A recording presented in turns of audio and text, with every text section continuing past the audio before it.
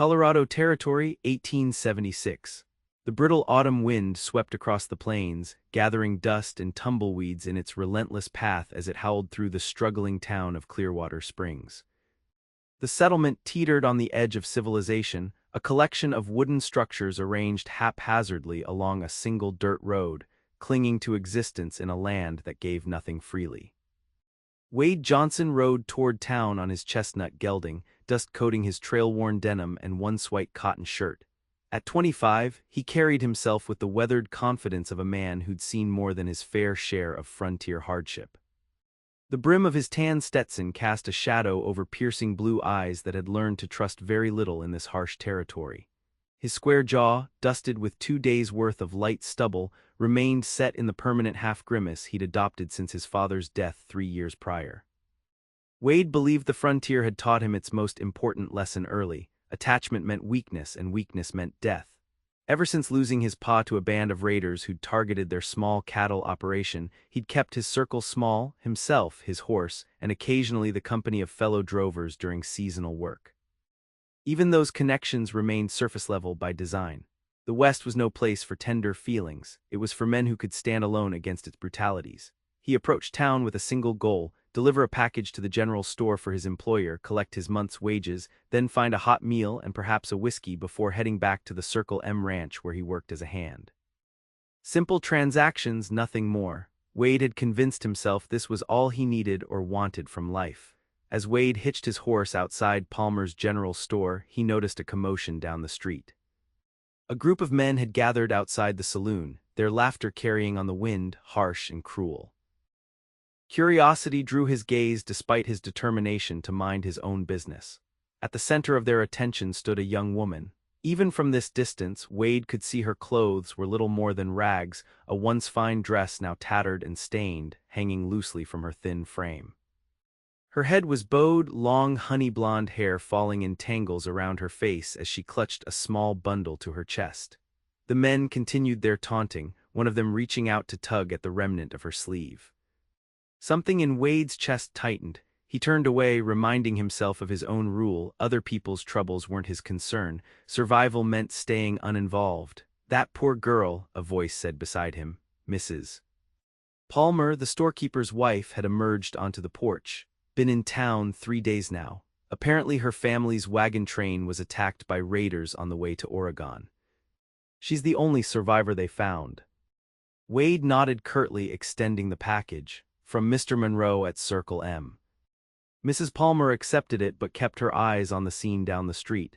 Sheriff's done nothing, of course, too busy drinking. Those men have been at her since she arrived, but no one stepped in. Shame what happens to women alone out here. Wade's jaw tightened. He delivered his package. He could leave now, ride back to the ranch, and forget he'd seen anything. That was the sensible choice, the survivor's choice. But as he untied his horse, a particularly loud bout of jeering drew his attention back to the scene. The woman had tried to walk away, but one of the men had grabbed her arm. The bundle she carried, which Wade now realized was a small bag containing her meager possessions, fell to the ground, its contents spilling into the dirt. Before he'd made a conscious decision, Wade found himself striding down the street, his hand resting near the revolver on his hip. "That's enough," he called out, his voice carrying the authority of a man accustomed to being heard.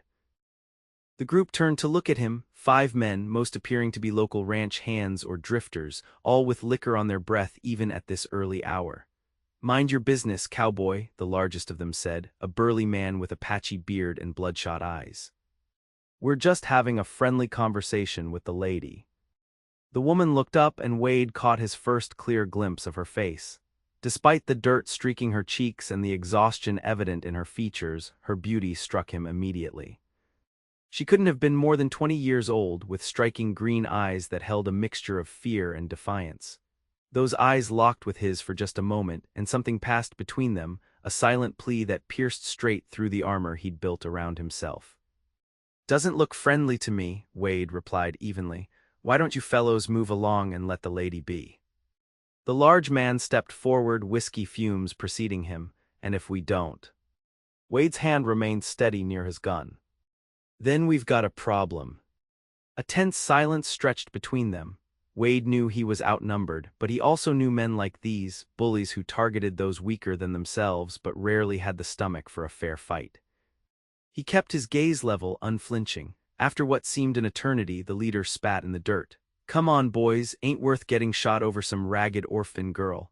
With a final glare at Wade, he turned and headed back toward the saloon, his companions following reluctantly.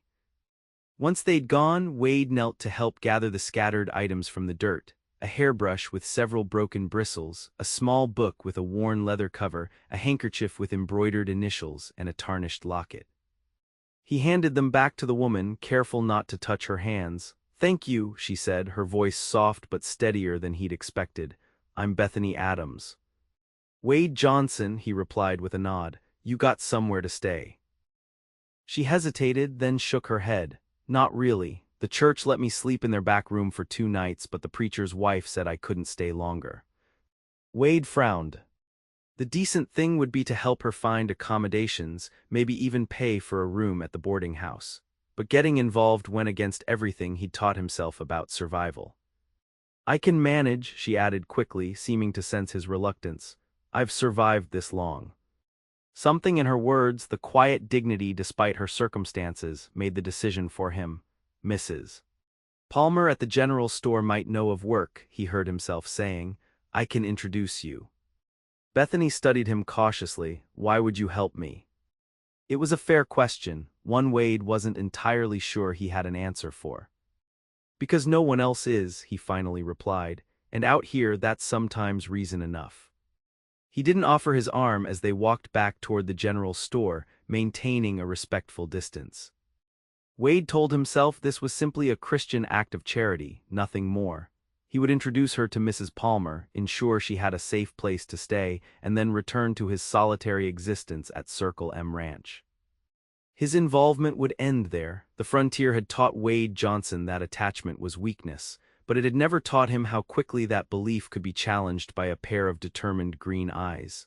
Mrs. Palmer was more than happy to help once Wade explained the situation. The older woman clucked her tongue sympathetically as she looked over Bethany's ragged appearance. "You poor dear, what you've been through, it's not right," she turned to her husband. "Henry, we need to help this girl." Mr. Palmer looked less enthusiastic, but didn't object when his wife announced that Bethany could stay in their spare room and work in the store to earn her keep. Wade felt an unexpected sense of relief, knowing she would be safe. "I've got some dresses that might fit you with a bit of taking in," Mrs. Palmer continued, already planning, "and a hot bath is the first order of business."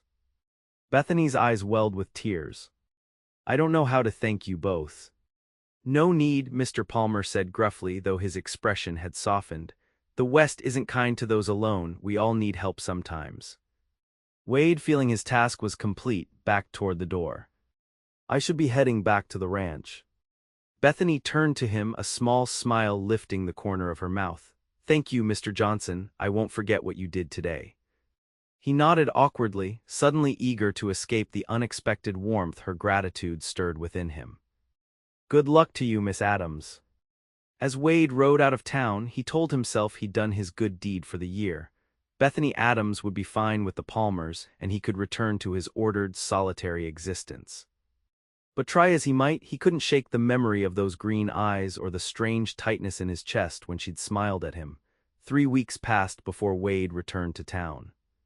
He'd volunteered for every possible ranch task that would keep him away from Clearwater Springs, telling himself it was merely coincidence and had nothing to do with avoiding thoughts of a certain young woman with honey blonde hair.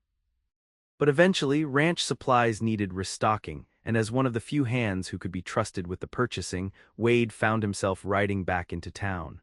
Palmer's general store looked the same as always, its wooden sign creaking slightly in the breeze. Wade hesitated before entering, irritated at his own nervousness. He was here on ranch business, nothing more. The bell above the door jangled as he stepped inside, and his eyes immediately found her. Bethany stood behind the counter, arranging bolts of fabric on a shelf. The transformation in her appearance was striking. Her hair was neatly braided and pinned up, revealing the graceful line of her neck. She wore a simple blue calico dress that, while clearly mended in places, fit her properly and was clean. But it was the change in her demeanor that struck Wade most. She stood straighter, moved with purpose, and when she turned at the sound of the bell, her face carried a calm confidence that hadn't been there before. When she recognized him, her eyes widened slightly and a genuine smile spread across her face. "Mr. Johnson, what a surprise." Wade removed his hat, suddenly conscious of the trail dust coating his clothes. "Miss Adams. You're looking well." "Thanks to you," she replied. "Mrs. Palmer says you're the reason I have this position." He shrugged uncomfortably. "I just made an introduction." "Which is more than anyone else did," she gestured around the store. "Can I help you find anything?" Wade produced the list from his pocket, grateful to focus on business. As Bethany gathered the items, he found himself watching her movements, the efficient way she reached for items on high shelves, the gentle precision as she measured out coffee beans and flour. There was a quiet strength about her that hadn't been visible beneath the fear and exhaustion of their first meeting. "How are you settling in?" he asked as she tallied his purchases. "Better than I could have hoped," she replied, not looking up from her figures. "The Palmers have been kind. Mrs. Palmer is teaching me to keep the books, and I've been taking in mending to earn extra money." Wade nodded, unsure what else to say. He paid for his goods and was turning to leave when Bethany spoke again. "Mr. Johnson, I hope, that is, if you're in town again." She hesitated, a flush coloring her cheeks. "I'd like to properly thank you sometime. Perhaps I could buy you a cup of coffee." The offer caught him off guard. "That's not necessary, Miss Adams." "I know," she said simply, "but I'd like to all the same." Before he could formulate a response, the bell rang again as another customer entered. Bethany gave him a small smile before turning her attention to the newcomer. Wade gathered his purchases and left, telling himself the strange fluttering in his stomach was merely hunger. But 2 days later, he found himself volunteering when Mr. Monroe mentioned needing someone to take a letter to town. And if he spent more time than usual ensuring his clothes were clean and his face freshly shaved before leaving, he refused to acknowledge the reason why. That first cup of coffee, taken during Bethany's afternoon break at the small cafe next to the general store, turned into a routine. Every few days, Wade found a reason to ride into town, and Bethany would join him for 15 or 20 minutes of conversation. He learned that she was 19 years old, born and raised in Illinois, and had been traveling west with her parents and younger brother when their wagon train was attacked. She'd been gathering firewood when the raiders struck. By the time she returned to camp, everyone was dead or dying. "A cavalry patrol found me wandering 2 days later," she explained during one of their meetings, her hands wrapped around her coffee cup. "They buried the dead and took me to the nearest fort. From there, I made my way here." Wade marveled at her matter-of-fact recounting of such horrors. "How do you not hate the world after something like that?" Bethany considered his question carefully. "I did for a while. I was angry at God, at the raiders, at myself for surviving when my family didn't." She met his gaze directly. "But hate is a heavy thing to carry, Mr. Johnson. At some point, you have to put it down or be crushed beneath it." Her words struck uncomfortably close to the burden Wade had been carrying since his father's death. He changed the subject, but her observation lingered in his thoughts long after he'd returned to the ranch. As autumn deepened toward winter, their brief coffee meetings gradually extended. Wade found himself sharing stories about his own past, his childhood in Missouri, coming west with his father after his mother's death, their struggles to establish a small cattle operation, and the devastating raid that had left him alone at 22. He'd never spoken so openly to anyone about these things, yet with Bethany, the words seemed to flow naturally. "Is that why you work for Mr. Monroe instead of running your own spread?" she asked one chilly November afternoon. "Your father's land was taken by the bank," Wade finished for her. "I couldn't make the payments after he died. Too young, too green." He stared into his coffee. "Monroe offered me work, said I had a good eye for cattle. Been there ever since." Bethany hesitated before speaking again. "Do you ever think about trying again, getting your own place?" The question caught him off guard. He'd buried that dream alongside his father, convinced himself that ambition was just another dangerous attachment in a land that punished hope. But now, looking into Bethany's earnest green eyes, Wade found himself admitting a truth he'd kept even from himself. Sometimes, he said quietly, there's good land north of here, been watching a parcel that no one's claimed. Creek running through it, sheltered valley for winter grazing. It sounds lovely, Bethany said, a warm smile lighting her face. I think your father would be proud to see you build something of your own. Wade left town that day with an unfamiliar sensation blooming in his chest, something dangerously close to hope. That night at the ranch, he pulled out the small leather pouch where he'd been saving his wages and counted the contents. Not enough for a proper start, but more than he'd realized, perhaps with another year of careful saving. The thought both exhilarated and terrified him. December arrived with bitter cold and the first heavy snowfall of the season. Wade worried about making it to town for their usual meeting, but Mr. Monroe needed supplies urgently. The ride was miserable, wind cutting through his heavy coat as if it were made of paper, but the thought of seeing Bethany's smile provided unexpected warmth. The town seemed eerily deserted when he arrived, most residents having the sense to stay indoors during such weather. When he entered Palmer's store, stamping snow from his boots, he found it similarly empty except for Mr. Palmer himself. "Afternoon, Wade," the storekeeper greeted him. "Surprised to see anyone out in this blizzard." "Ranch needs supplies," Wade explained, looking around. "Miss Adams not working today." Palmer's expression darkened. "She's upstairs, took ill 3 days ago, fever, bad cough." The wife's beside herself with worry. Wade felt as though the floor had dropped away beneath him. How serious. "Doc Jenkins came yesterday, says it's pneumonia." Palmer lowered his voice. "He's not optimistic, son. Says her constitution was already weakened from what she endured before coming here." The supplies Wade had come for suddenly seemed utterly unimportant. "Could I see her?" Palmer hesitated, then nodded. The wife could use a break. "I'll mind the store, go on up." The Palmers' living quarters above the store were modestly furnished but warm. Mrs. Palmer looked up in surprise when Wade entered, her face lined with exhaustion as she sat beside a bed in the corner of the small room.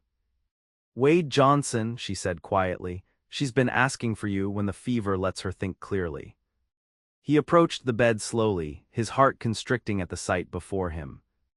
Bethany lay still, her face flushed with fever, her breathing labored and raspy, her honey-blonde hair spread across the pillow, damp with sweat. She looked smaller somehow, more fragile than he'd ever seen her. "Can I sit with her for a while?" he asked. "You should rest, ma'am." Mrs. Palmer studied his face, then nodded. "There's fresh water in the basin for the compresses. Try to get her to drink if she wakes. I'll bring up some coffee for you." When they were alone, Wade gently took Bethany's hand in his. Her skin burned with fever, her fingers thin and delicate against his calloused palm. "Miss Adams," he said softly, "Bethany, I'm here." Her eyelids fluttered at the sound of his voice, then slowly opened. For a moment her gaze seemed unfocused, but then recognition dawned. "Wade," she whispered, her voice barely audible, "you came." "Of course I came," he replied, something breaking open inside him at the sound of his first name on her lips. "How could I miss our coffee?" A ghost of a smile touched her pale lips before a harsh coughing fit seized her. Wade supported her shoulders as she struggled to breathe, his own chest tight with fear. When the coughing subsided, he helped her sip water, then gently bathed her face with a cool cloth. "You'll catch your death," she murmured weakly.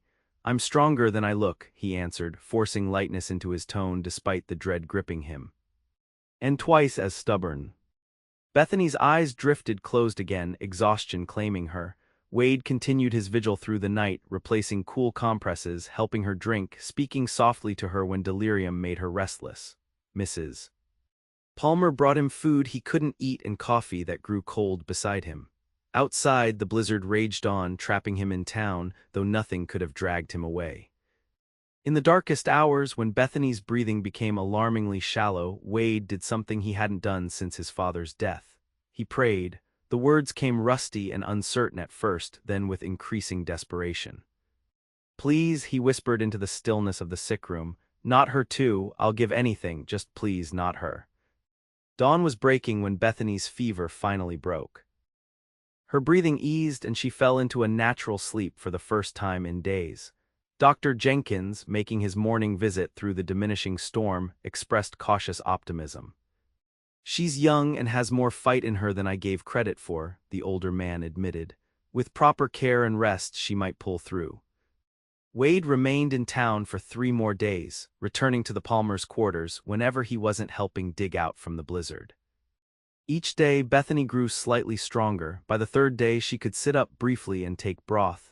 "You've neglected your work for me," she chided gently as he arranged pillows behind her back. "Mr. Monroe understands," Wade replied, though in truth he wasn't sure what his employer would say about his extended absence. In that moment, he found he didn't particularly care. Bethany studied his face, her green eyes clear for the first time since he'd arrived. "Why did you stay?" The question hung between them, demanding a truth Wade had been avoiding for months. He could have offered platitudes about Christian charity or common decency, but looking into her eyes, he found himself incapable of anything but honesty. "Because the thought of losing you terrified me more than anything has in years," he admitted, his voice rough with emotion. "Because somewhere along the way, you became important to me." A soft smile spread across Bethany's face, warming her eyes despite her pallor. "You've become important to me too, Wade Johnson." Before he could respond, a commotion downstairs announced the arrival of riders from Circle M. Wade reluctantly took his leave, promising to return as soon as possible. The ride back to the ranch was long and cold, but for the first time in years, Wade felt a warmth inside him that had nothing to do with the weather. Over the following weeks, as winter settled firmly across the territory, Wade made the journey to town whenever he could manage it. He watched with relief as Bethany regained her strength. Though the illness had left its mark, she tired more easily and had lost weight she could ill afford to lose. But her spirit remained undiminished, her determination to recover obvious in every small victory. During these visits, something shifted between them. The careful distance Wade had maintained gave way to a growing closeness. Their conversations deepened, hands lingered when they touched, and glances held for longer than was strictly proper.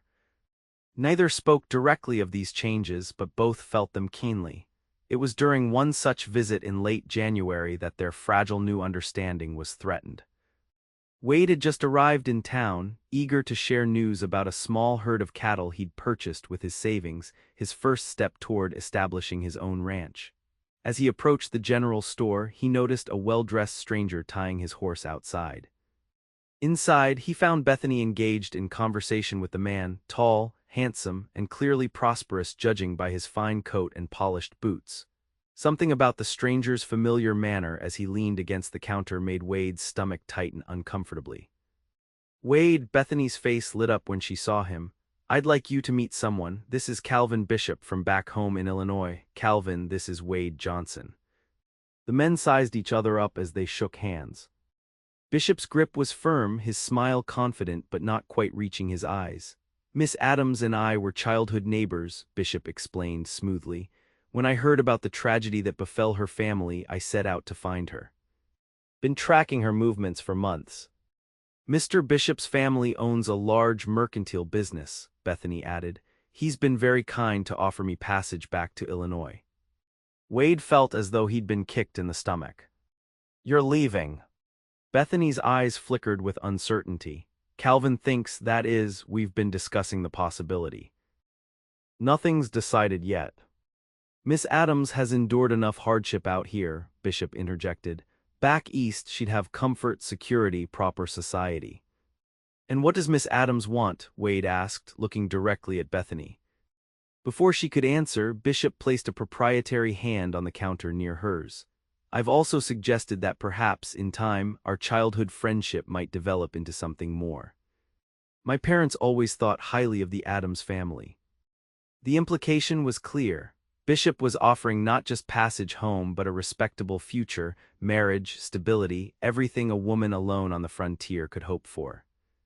Against such prospects, what could Wade offer? A cowhand's uncertain wages, dreams of a ranch not yet established, a life of frontier hardship. "I should let you two catch up," Wade said stiffly, backing toward the door. "Good day, Miss Adams, Mr. Bishop." He left before Bethany could respond, shame burning through him at his own presumption. Of course she would choose to return east with an old friend who could offer her security. What fool would choose struggle and uncertainty when comfort was available? Wade avoided town for the next week, throwing himself into ranch work with a vengeance that concerned even the most hardened cowboys at Circle M. He told himself he was happy for Bethany, she deserved better than the harsh life the West had given her. But at night, alone in the bunkhouse, he couldn't deny the hollow ache in his chest. He might have continued this way indefinitely had Mr. Monroe not intercepted him one morning as he headed out to check on his small herd. "Got a visitor waiting in the house," the ranch owner said. "Young lady rode all the way out from town, seems mighty determined to speak with you." Wade's heart leapt before he could suppress the reaction. Did she give a name? "Miss Adams," Monroe replied, his weathered face giving nothing away. "Pretty little thing, though she looks like the ride took something out of her." Wade was halfway to the main house before Monroe finished speaking. He found Bethany in the sitting room, her cheeks flushed from the cold, a heavy shawl wrapped around her shoulders. She rose when he entered, her expression a mixture of relief and apprehension. "You're avoiding me," she said without preamble. "Thought you'd be busy making plans to return east," he replied, unable to keep the bitterness from his voice. Bethany's eyes flashed. "So you decided for me without even asking what I wanted." The accusation struck home. Wade removed his hat, turning it awkwardly in his hands. "Bishop can give you things I can't. Security, comfort." "Did it ever occur to you to ask what I value?" she interrupted. "Or did you just assume I'd choose the easiest path?" Wade fell silent, realizing with shame that he'd done exactly that. Bethany stepped closer, her green eyes fierce with emotion. "I've spent my entire life being told what was best for me. My parents decided we should go west, Calvin decided I should go east. Even the Palmers, kind as they are, have their own ideas about what's proper for a young woman in my position." She took a deep breath. "But the only person who ever asked what I wanted was you, Wade Johnson. Until you stopped asking." Hope, dangerous and fragile, began to stir in Wade's chest. "What do you want, Bethany?" "I want to stay," she said simply. "This place, this hard, beautiful country, it took everything from me. But it also gave me something," her voice softened. "It gave me you." Wade closed the distance between them, taking her hands in his. "I can't offer you much," he warned. "I've started building something, but it's barely a beginning. It would be years of hard work, tight margins." A smile bloomed across Bethany's face. "I'm not afraid of hard work, and I'd rather face difficulty with someone I care for than have comfort with someone I don't." Bishop seemed mighty certain you'd choose differently. "Calvin has always been certain about things that aren't his to decide," she replied with a hint of steel in her voice. "I sent him back to Illinois yesterday." "Alone?" Wade raised a hand to gently touch her cheek, marveling at the courage of this woman who had lost everything yet still dared to choose the harder path. "I thought the frontier taught me that attachment was weakness," he said softly. "But you've shown me it's the only real strength we have out here." As winter melted into spring, Wade's small herd grew with careful management and long hours of work. He secured the land he'd had his eye on, 160 acres with water rights and good grazing, filing the homestead claim with Bethany at his side. They were married on a clear April morning in 1877, with the Palmers, Mr. Monroe and half the hands from Circle M in attendance. Their beginning was humble, a one-room cabin built with the help of neighbors, a small herd of 30 cattle, and endless work from sunrise to sunset. But each evening, as they sat together on the rough-hewn porch watching the sunset paint the distant mountains, Wade marveled at how full his life had become. "Any regrets?" he asked Bethany one such evening, a year after their wedding. She sat beside him, mending a shirt, her honey-blonde hair catching the last golden rays of sun. She looked up, her green eyes warm with contentment. "About choosing a stubborn cowboy over a comfortable life back east?" "Not one." Wade smiled, placing his hand gently over the slight swell of her belly where their first child grew. "Even with all this waiting for you, a half-built ranch, more work than hours in the day, and a husband who still has more dreams than accomplishments." Bethany set aside her mending and took his face between her hands. "Wade Johnson, when you found me, I had nothing but rags on my back and grief in my heart. You saw past all that to the person I could be." She kissed him gently. How could I possibly regret choosing someone who taught me that value isn't in appearance or circumstance, but in how we face what life gives us? As twilight deepened around their small homestead, Wade pulled his wife close, thanking God for the day he'd ignored his own rules and stepped into the path of a green-eyed woman whose courage had changed his life. The frontier had indeed taught him its most important lesson, though not the one he'd believed for so long. Love wasn't weakness on the hard edge of civilization, it was the only thing that made the struggle worthwhile. In the distance, their cattle grazed peacefully in the valley he'd once only dreamed of owning.